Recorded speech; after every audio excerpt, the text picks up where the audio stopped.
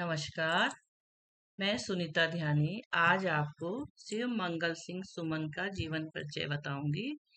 शिव मंगल सिंह सुमन का जन्म 5 अगस्त 1915 में उन्नाव उत्तर प्रदेश में हुआ था।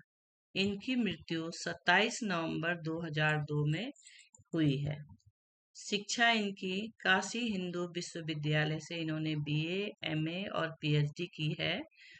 कार्य क्षेत्र, वे हिंदी साहित्य के प्रतिष्ठित कवि और विद्वान थे। उन्होंने अध्यापन कार्य भी किया और विक्रम विश्वविद्यालय उज्जैन के कुलपति रहे हैं। सम्मान, उन्हें पद्म भूषण, साहित्य अकादमी पुरस्कार और हिंदी साहित्य की विभिन्न संस्थाओं द्वारा सम्मानित किया गया।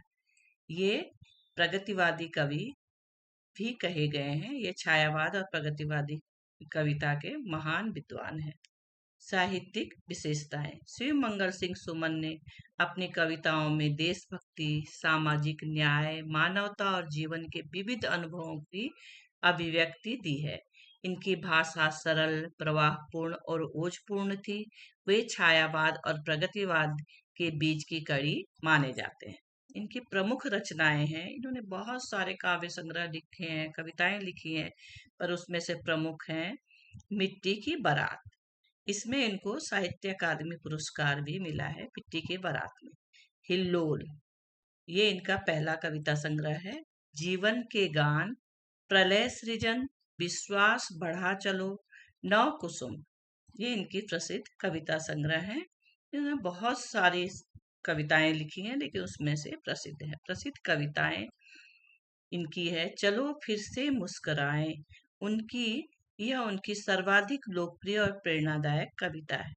वीरों का कैसा हो बसंत, देशभक्ति की भावना से ओतप्रोत यह कविता भारतीय स्वतंत्रता संग्राम की गाथा कहती है। मधुशाला पर व्यंग, हरिवंश राय बच्चन की मधुशाला का संदर्भ देते हुए उन्होंने व्यंग्यात्मक शैली में सामाजिक समस्याओं को उठाया है। शिव मंगल सिंह सुमन की कुछ प्रसिद्ध क्रांतिकारी कविताएं इस प्रकार। पहला है वीरों का कैसा हो बसंत। यह कविता भारतीय स्वतंत्रता संग्राम के वीरों को समर्पित है। उस समय हमारा देश आजाद नहीं था, तो उन बहुत ही देशभक्ति से ओतप्रोत उन्होंने ये कविता लिखी है। इसमें मातृभूमि के लिए बलिदान और साहस का चित्रण किया गया है। उदाहरण है, वीरों का कैसा हो बसंत। बसंत आया तो लगा कहीं छाई है कराल मृत्यु छाया। रुद्ध है रक्ताक्त कंठ, वीरों का कैसा हो बसंत।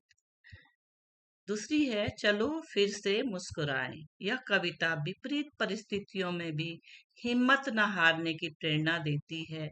यह आज भी लोगों के मनोबल को बढ़ाती है, युवाओं को प्रोत्साहित करती है। इसका उदाहरण है चलो फिर से मुस्कुराएं, बढ़े चाहे जो बाधाएं। तीसरी है जाग तुझको दूर जाना है। इस कविता में सुमन ने युवाओं को जागरूक और कर्तव्यनिष्ठ बनने का संदेश दिया है। जाग तुझको दूर जाना है, पग तेरा थक कर रुके नहीं, आंसू है तेरी आंखों में फिर भी तू रुके नहीं, वह तो सत्य है। चौथी इनकी है वह तो सत्य है। यह कविता सच्चाई और न्याय के लिए लड़ने की प्रेरणा देती है। इसमें अन्याय के विरुद्ध संघर्ष करने की बात कही गई है। वह तो सत्य है, अमिट है, अडिग है, अन्याय की भीषण बाधाओं में भी वह खड़ा है। शिव मंगल सिंह सुमन की ये कविताएं आज भी हमें प्रेरणा देती हैं और जीवन में साहस और आत्मविश्वास बनाए रखने का संदेश देती हैं। सुमन जी को उनके साहित्यिक योगदान के लिए कई प्रतिष्ठित पुरस्कारों से सम्मानित किया गया, जिसमें है पद्म भूषण 1974, साहित्य अकादमी पुरस्कार 1974, काव्य संग्रह मिट्टी की बारात के लिए इन्हें मिला है। सोवियत लैंड नेहरू पुरस्कार 1974 में मिला है। भारत भारती पुरस्कार 1993 में उत्तर प्रदेश सरकार द्वारा दिया जाने वाला सर्वोच्च साहित्य पुरस्कार है भारत भारती पुरस्कार। कई बार एग्जाम में पूछा जाता है कि उत्तर प्रदेश का सबसे सर्वोच्च पुरस्कार कौन है, तो ये भरत भारती है। हिंदी साहित्य में इनका योगदान बहुत ही ज्यादा है।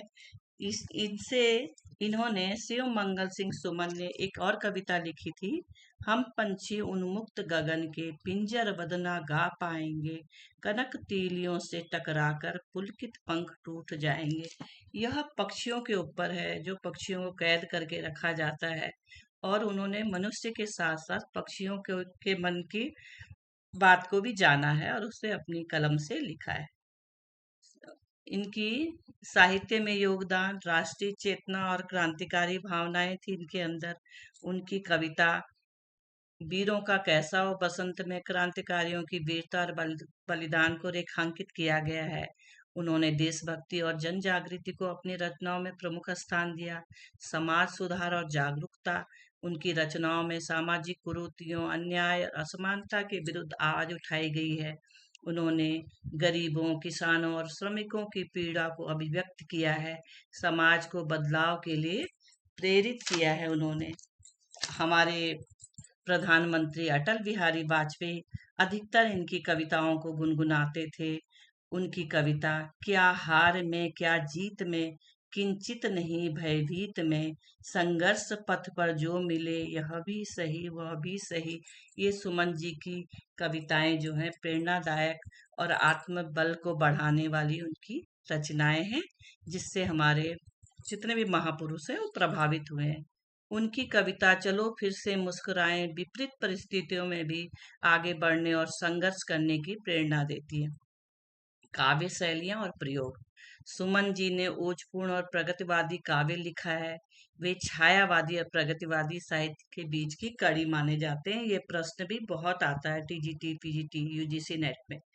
शिक्षा और साहित्य नेतृत्व, उन्होंने हिंदी साहित्य के विकास में शिक्षा के क्षेत्र में भी योगदान दिया।